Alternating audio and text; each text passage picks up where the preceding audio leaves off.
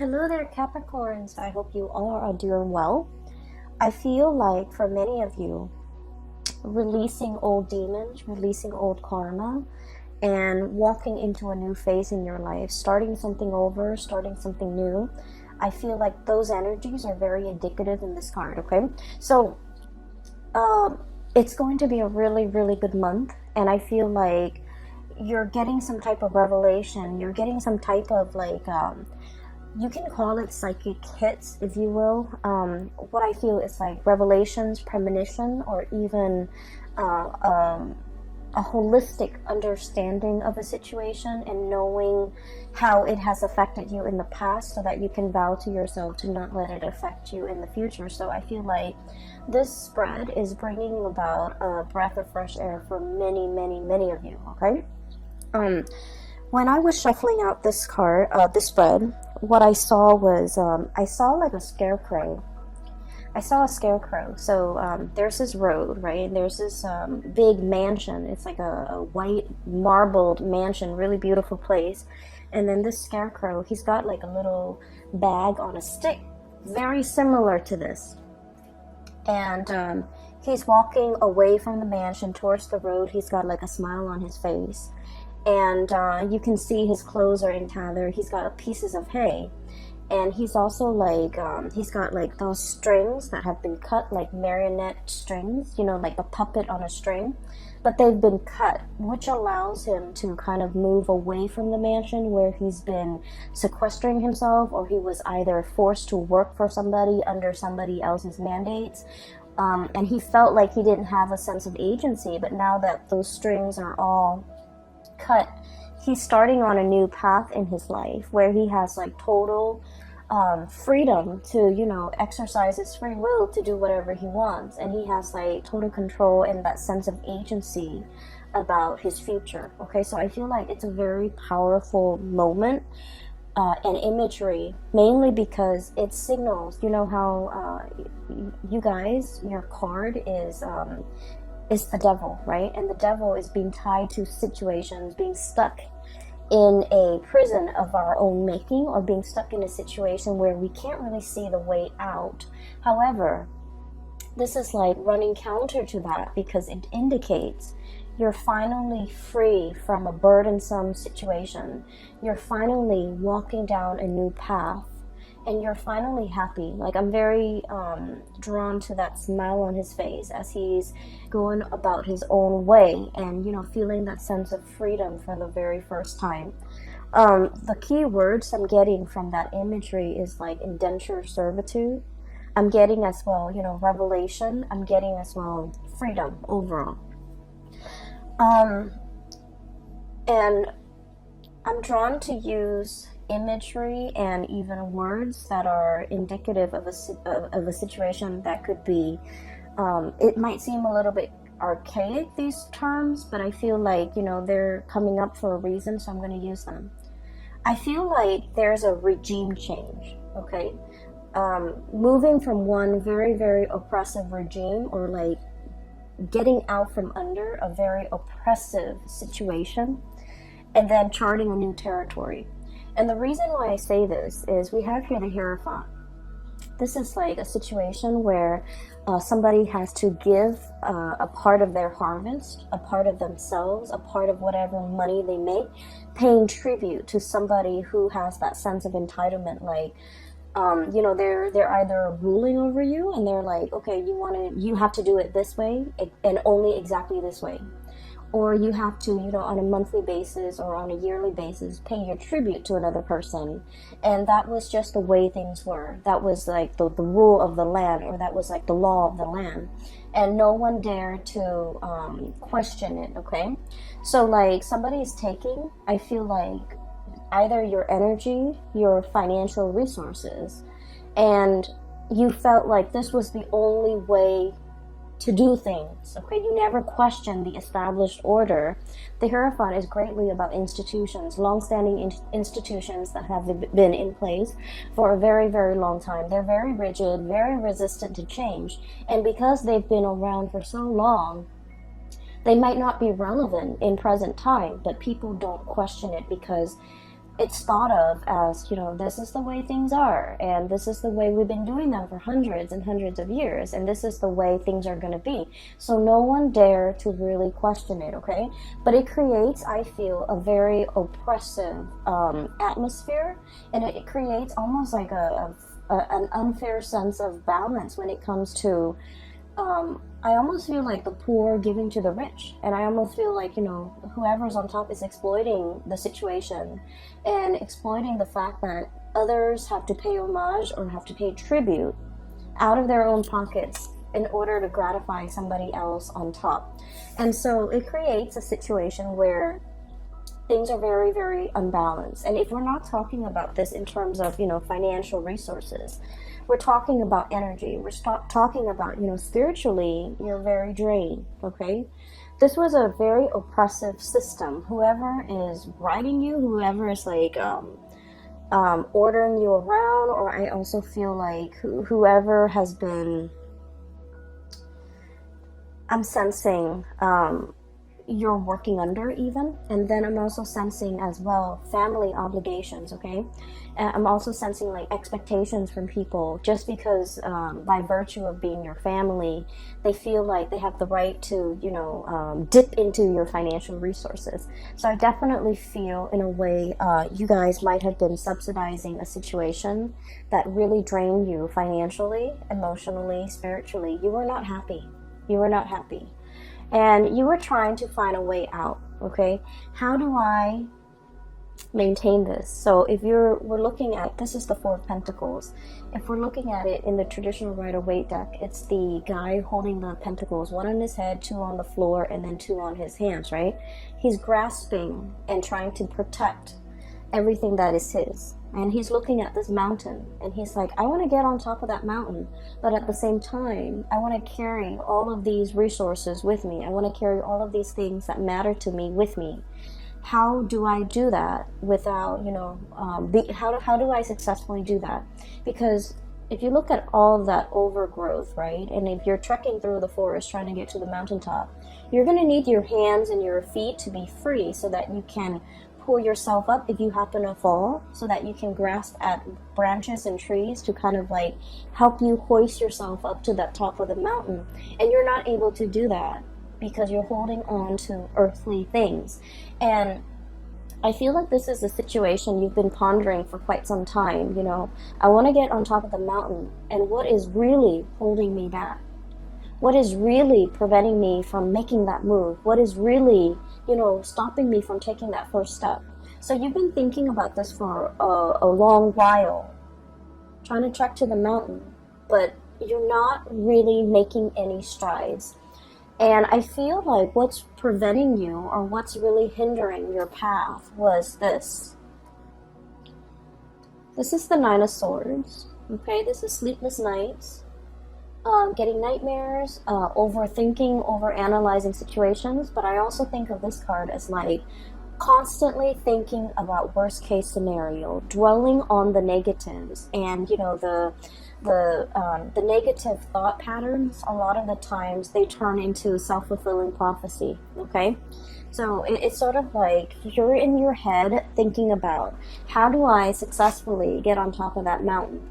And rather than thinking about and focusing on logically, step 1, I need to do this. Step 2, I need to do that. And step 3, I need to, formulate some type of plan. And I feel like for many of you, this process, this is like a lot of thoughts, okay? Each sword stands for like a mental thought. And I feel like for many of you, you've been mired in this situation where your demons are getting the best of you. You're thinking about problems rather than separating. Each problem exists in its own little bubble. But rather than thinking, some of these problems are outside of my control, some of them are not, and the ones that are not outside of my control, I really should focus on that. I feel like you're conflating, or you're mixing and mixing all these problems together, and they become this really embedded, right? This sense of embeddedness, all stuck together, all causing you a lot of anxiety, all seem very, very daunting. It's like, how do I get to the top of the mountain when I'm only at the base? And so as soon as you feel inspired, you're like, I'm going to do it today. Something happens to hold you back. And a lot of it is these, self-limiting thoughts and beliefs and thought patterns. And I feel like you are making mountains out of molehills. You're making a situation a lot more daunting than it has to be, mainly because you're not looking at problems in isolation. And what I mean by that is, let's say, first of all, you have a big plan that you want to get off the ground, right? The first thing that people logically that we should do is think about how much overhead costs or how much cost, is associated with this. So that means you might need to do some preliminary research to figure out what your budget is and how much this project is going to cost, okay? And then you're going to go out and kind of crowdsource, brainstorm from other people and figure out, hearing from experts or getting advice, to get a price range of how much this is going to cost, who I should talk to get this off the ground. So each of those steps need to exist in isolation. And I feel like you're jumping the gun. You want to get to the top, but you're not thinking about each of the steps that are necessary in order to get there. So I feel for some of you, there's a situation here that it seems like it's running ahead of you, and it's like the longer you wait, the further and further and further away it is from you. It's almost like you're losing your grasp.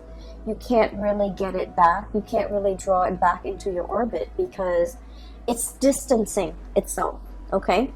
So I also feel like for some of you, this is a person, okay, who might be distancing themselves. And I also feel like there's a lot of guilt associated with the relationship between you and this person. For some of you, it could be a family relationship. For others, it could be like a love type of a relationship. And I feel like it's escaping your grasp. And I also feel there's a lot of guilt associated with it. Like, I should have done things differently. I should have told them how I felt. I should have, I should have given them the time of day, or I should have, done things just differently. I should have invested more time, more emotions into that. I should have let them know how I feel. I should have been upfront and honest with them. And I feel like, they're escaping your orbit. Okay? So I definitely feel like there's some guilt associated with it. Going back to your main storyline, what I do sense here is there is a huge, this is like impetus, this is drive, ambition, okay? We have here the King of Wands, and this usually indicates somebody who's like in charge of their domain. He's scanning the horizon, looking out at the abundance that he has created for not only his empire, for himself, but for all the people that he rules, okay? This is someone who's very, very responsible. The way I'm reading this energy is that you're in a great, powerful position of leadership, okay? You care about the people that have been very loyal to you. You care about their well-being. And I feel like it's almost like ruling with a very benevolent hand, okay? Understanding that I'm not going to exploit this power differential. If you do well, I do well, and our kingdom is going to do well. So understanding that even if others pay tribute to you, you can't exploit that relationship. You can't exploit the power differential to keep them oppressed. You have to kind of like take care of the people that are under you. And I feel like many of you, you're coming into a profound sense of, it's like understanding how power needs to be controlled. There was a situation here where someone in a position of power was very tyrannical, controlling, and exploited that power of position. And we're shifting away from that into a new way of doing, like a paradigm shift, where someone in a position of power is very benevolent, okay? They can be hard if they want to, because the King of Wands is very much authoritative, okay? But this person is also very paternal. They take care of people. They're very loyal to their subjects, and because of that, they garner a lot of respect and trust from their subjects. They're seen as someone who is not afraid to get their hands dirty if push comes to shove. And they're seen as someone who, is constantly very vigilant, sees all, resolves problems, and really, really care about the well-being of other people. So I feel like you're understanding how power is to be used rather than abused. You're understanding as well that, taking care of the people that matter to you, or the people that have been very, very loyal to you, treasuring, valuing, and being available to those people means a lot more to you now. And what's on top of this card here is the Six of Pentacles.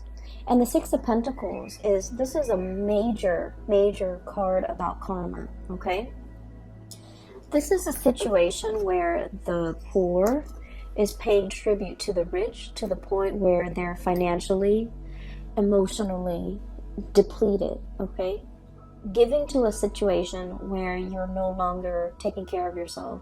You're just going to work. You're just getting through life in order to have the resources to pay that tribute. And now we're coming into this sense of like total rebalancing of karma, the karmic scale. Things being done the right way, okay? This is like giving back to the community, giving back to others, giving to others who are less fortunate. And this is also, it comes with a paradigm shift where we're understanding the importance and the necessity of, being a benevolent ruler. You can still rule with an iron fist, but you can still be loving and warm and gentle and benevolent. And you can also, give back to the people, especially that really need it. For many of you, I'm seeing major career changes here. Some of you might be in that corporate environment and you're just like, no, this is too taxing, too stale. I'm already at the top and I don't like the vibe. I don't like the atmosphere. I don't like the environment where it's like a social, like the climbing that corporate ladder, getting yourself to the top, and once you've made it to the top and you have this bird's eye view and you're just like, this is not really jiving with me, this is not where I want to be, and this is not something that I want to do long term. And so I'm seeing a major career path, a major shift where you are possibly working more at the grassroots level and thinking about what you need to do long term and what you need to kind of what you need ultimately to be happy.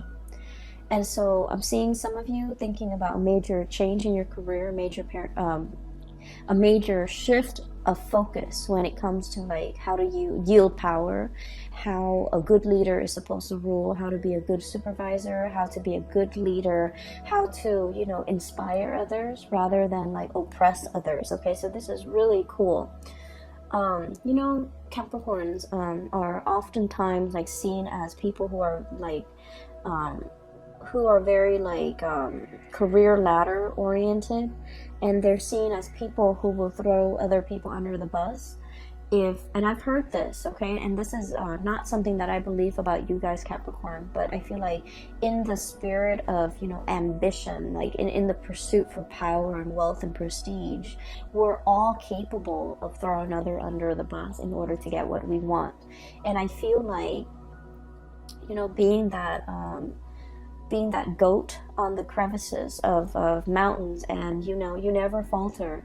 You jump from one small crevice to the next and you always land on your feet, and you know how to do it well, and you know how to do it very, very stealthily and very successfully. But I feel like once you get to the top of the mountain, you're just like, oh, that's it, I'm already here, and you're looking for the next mountain to conquer. And I feel like there needs to be a little bit of a paradigm shift regarding, what is the ultimate end goal? Is it just to prove to myself that I can conquer mountain after mountain? Or is it, or should there be more of a humanitarian slant to the work that I'm doing? Trying to help others, trying to, once you're on top of that mountain, I feel like you're in the best position to tell other people what the view from that mountain looks like, okay?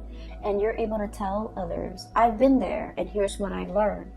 And here is how you can, get there because I've been there. And here are the things that you should avoid. And I know this because I'm speaking from personal experience. So I feel like you have a wealth of experience and knowledge because you have already been there and done that. But for some reason in the past, you might not have shared this technique with other people. So we're moving into this month where you are becoming a lot more generous, where you are sharing your hard-earned lessons. You're sharing it with other people to save them from having to do the legwork, to save them from having to reinvent the wheel. And I feel like in the past you might have shared it, but in a very Capricornian, like a man of few words type of way. You should do it like this. But I feel like you have to soften that approach a little bit and tell others, hey, I'm telling you to do this because I've done it, okay? I've been there. I've done everything that you have done. And it didn't really work out. And here are the reasons why. And I've done it this other way and it worked out in half the time. And so framing it like that to allow others to understand that you're not just speaking from, you're not just talking to talk. You're talking with skills and expertise and years of experience backing up everything that you say. And I feel like that's going to save somebody, a lot of legwork. They don't have to reinvent the wheels. They can work off of what you're working off of, okay? I do feel for many of you, there is a situation here in your life, a very long-standing relationship that might have gone a little bit sour, okay? And we have a situation here where there was a vow, there was a promise, okay? And the promise was kind of like to death do us part, okay? The promise was for partnership, longevity. For some of you, this could be somebody that you have known for a really long time. They know your family. You've took them around to introduce them to your family. They've taken you around to introduce you to their family, vice versa. This is a partnership where two people might have known each other since childhood. There is a tremendous degree of like trust, okay?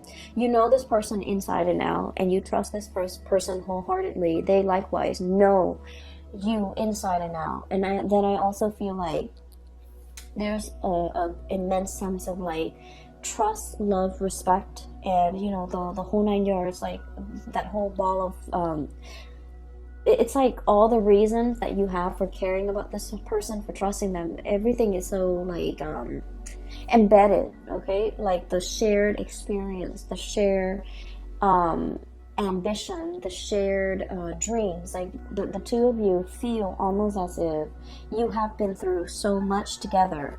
There might have been a recent breach in trust. There might have been a situation where I feel, Capricorn, somebody is either living with a lot of guilt. It could be you, it could be them, over something that was done, okay?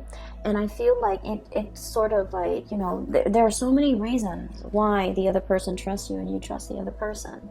But at the same time, one unexpected move, one action that is done out of character can really make you or the other person distrust the future, the viability, and the continuity of this friendship, this business relationship, or this relationship.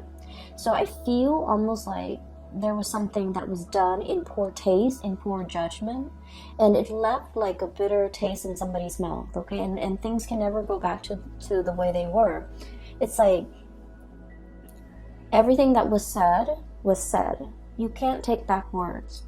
It's like, the water from the chalice, from the cups, have been spilled, and the other person might be the one walking away, and they're just like, I don't want to fix it, it's already spilled. I'm not going to go downstream 2 miles away to refill those cups. I'm not going to trek up the mountain to the clearest spring to fill up those goblets, okay? So I feel like there was a situation where it can be fixed, but somebody, you or the other person, is like, I wash my hands of this. I'm not putting any more time in it, and I feel like it's leaving the other party very, very, very sad, very upset. And it's also this sense of overwhelming acceptance, okay? Like, oh, it could be fixed. They just didn't want to. And I feel like that says a lot, okay? But I feel in the wake of this, people leaving, so new adventures can await for you, so that new boats, new ships, new people can be coming into the picture.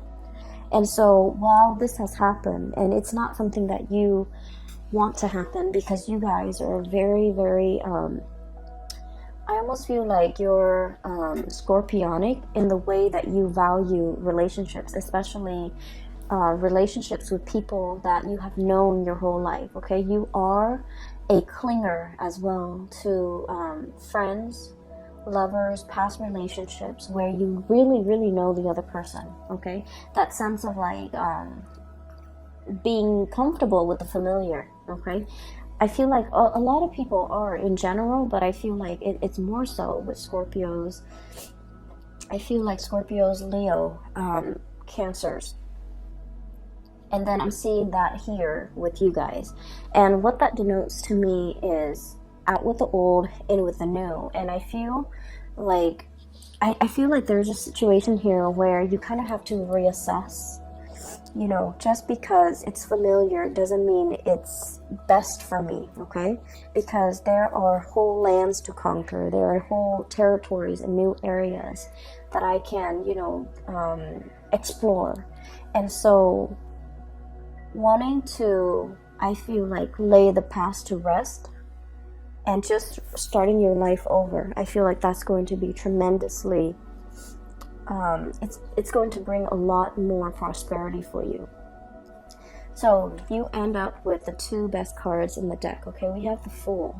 And the Fool, this is the imagery that came up earlier, and it basically denotes, you know, no longer being tied to something, no longer being bound in a situation that's not good for us, and embarking on a new journey towards something new. And I feel for many of you, I'm seeing that white marbled mansion, and the marionette or the scarecrow is walking away from it. So I feel like there was a situation where it was comfortable, it was cushy, it might have even been safe, you know, a marbled house. People can shoot, people can throw stones, but you're locked inside that marbled mansion, and there's enough space to roam.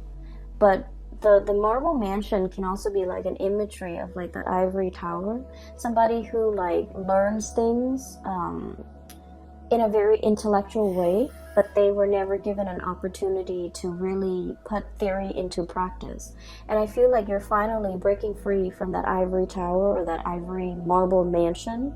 You're no longer living in that sense of like comfort and familiarity. You are exploring, branching out, putting out fires. I feel, you know, there's that volcano in the background. So it denotes to me like being in a situation where you are putting out fires.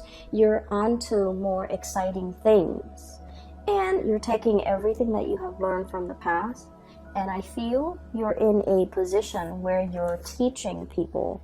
You're telling people, here's what I did. It happened to me once. Here's what I did and how I got out of it. And I also feel drawing from past experiences, rewarding those who have been very, very loyal to you, and being available for people that are available to you, that make time for you, that have been really good to you. And then I'm sensing as well, you know, I'm getting a lot of ancestral karma coming through, okay? And I feel like, you know, spiritual guidance, especially from grandparents that have passed on, I feel like there might have been a situation here where it's almost like being in a house, like being in an environment where, you know, your grandparents lived in this small town, right? And this is just an example, but I'm feeling it very strongly. Grandparents lived in this small town, gave birth to mom and dad. Mom and dad met and also stayed in that small town. you were born, you also stayed in that small town, and then you start to sense this, you feel this overwhelming sense of like, there isn't enough here for me. I'm a big fish in a small sea. I need to develop to the best of my capabilities, and there isn't enough here for me. And then I'm also sensing as well, if you're in that situation, you're in a very good place, because now you have new energy, exploration, okay? Doing something different, not knowing the destination, but knowing that I'm leaving the past behind because it's not enough for me, okay? And then I'm also sensing for some of you, being in a situation where you've had to help out parents, okay? It's almost like ancestral karma, right? And here's what I'm sensing. Oh, Capricorns. So here's what I'm sensing. It's like mom and dad might not have made the best choices. We all make choices based on what we're given, based on our environment, based on our education level, based on our own sense of awareness. So this is not to knock the decisions other people make, but I also feel like, they might have been in a situation where it was survival, okay? So they did the minimum, the bare, like taking care of the bare necessities. And so growing up, you felt like you lacked that guidance, you lacked that mentorship, you lacked that, you lacked somebody holding your hand and telling you, hey, don't do that, you should do this instead, because this is going to get you where you need to be, okay? And I'm seeing, people like, whose parents were, for example, college educated, they can walk their children through the college process. So for example, you have to take the ACT, you have to take the SATs, you have to do that by your junior year, so that by your senior year, you have to load up on all these college prep classes, so that colleges will look more favorably upon you, and you have to do extracurricular activities. You should also enroll in, extracurricular activities outside of class. So like that guidance, I feel like some of you guys didn't have that. And by the sweat of your brows, the calluses on your fingers, you've had to go about it on your own. You didn't have the guidance. You didn't have the hand-holding. And so you were in survival mode. You fought your way, and you've had to do it on your own. And I feel like along the way, it's made you really strong, but I feel it might have made you a little bit callous, okay? Kind of like, oh, well, I did this, so everyone needs to be able to do it too, right? And so I'm sensing here, there's a sense of like a paradigm shift, okay? The people that have the privilege, either through parents, through proper guidance, or through the sweat of their brows, whoever makes it up first to the top of the mountain is obligated, no matter how they got there. Whoever makes it there first is obligated to give advice, give guidance to others. Here's how you do it, and here's what I did, and here's what I did that worked, here's what I did that failed, okay? So I feel like it doesn't matter how you got there. Whoever gets there first needs to kind of like pay it forward by giving other people, the lay of the land, pretty much telling people what they should do. So I'm sensing here a big spiritual karmic energy. It could be ancestral karma that needs to be broken. It could also be, a paradigm shift where we're not doing what we did before. We're opting for a new path, a new way of doing. Because what we did before, it worked for us, but it also made us a little bit calloused. And we don't want that, okay? And then I'm also sensing we have this tremendous sense of like breath of fresh air, his hair is blowing in the wind. He's a leader. There's a whole caravan of people following his lead because they trust him. And so you're thrust in this position where you're going to be exalted. You're in a position where people trust you, they value your, and he's leading them. He's leading the whole, Oregon Trail, whatever you call it. He's leading the whole exodus into this new land, right? But look at the way he's dressed. He's not like a king, he's not a ruler, he's not a tyrant, he's not like an emperor. He's dressed like the regular layperson. And there's a sense of humility associated with it, okay? It's like being one with the people in order for them to accept you. And you know, this is not about proving anything to anybody. This is just like living a very, very humble life, knowing your roots, knowing where you come from, knowing the struggles of other people so that you can adequately lead them in the right direction. So I feel like there's a shepherd energy about you guys for this month of October. And I feel that you are going to be tremendously successful for many of you who are changing a career path, who are going in a different direction. I feel for many of you, there was a situation where I feel like there's like social or family expectations. They wanted you to do something, and that's not your thing. You're turning your back and you're walking your own path, and you're going to be amazingly happy. And then I'm also sensing as well, you know, there definitely is a relationship here that needs to be kind of like laid to rest, okay? Too much has been said. And I definitely feel maybe it's the other party. I don't want to work on this anymore. I'm not going to go, you know, downstream to fetch the water to fill those cups. Okay? Or I'm not going to go up the mountain to that crystal spring to fill the chalices. I'm just not going to do that. And so everyone has their own free will, and we can't really, you know, infringe upon other people's free will. If that's their decision, if they've already made it clear, I feel like you have to kind of like live in the moment and just realize that in the past they made these promises, but now they're reneging on the promises, and you just have to kind of like accept it at face value. That's what I'm sensing here for you, okay? So Capricorns, I'm so glad to get in touch with you again, and I hope you guys are doing well. The Saturn experience, you are in the thick of it, and I feel like a lot of it has to do with releasing, okay? So Saturn is a karmic teacher.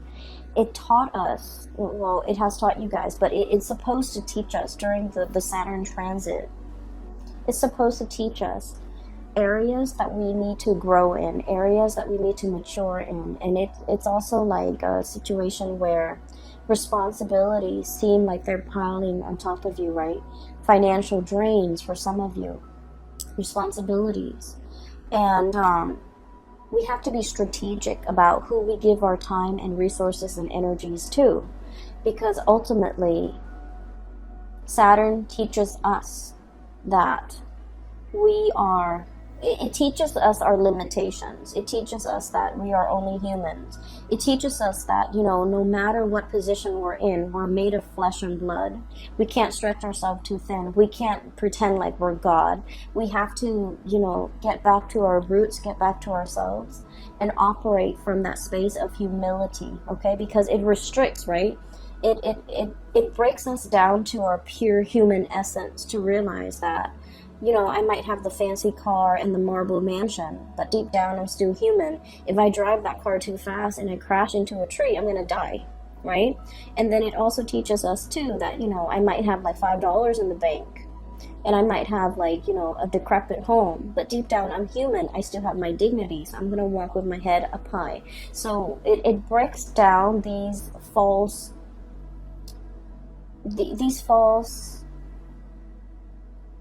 paradigms that we have, these false ideas that we have. They could be self-limiting ideas. They have like, they could even be like, you know, that sense of grandiose sense of self. But it breaks it down so that you can figure out, you know, I'm here. How can I be of service to other people?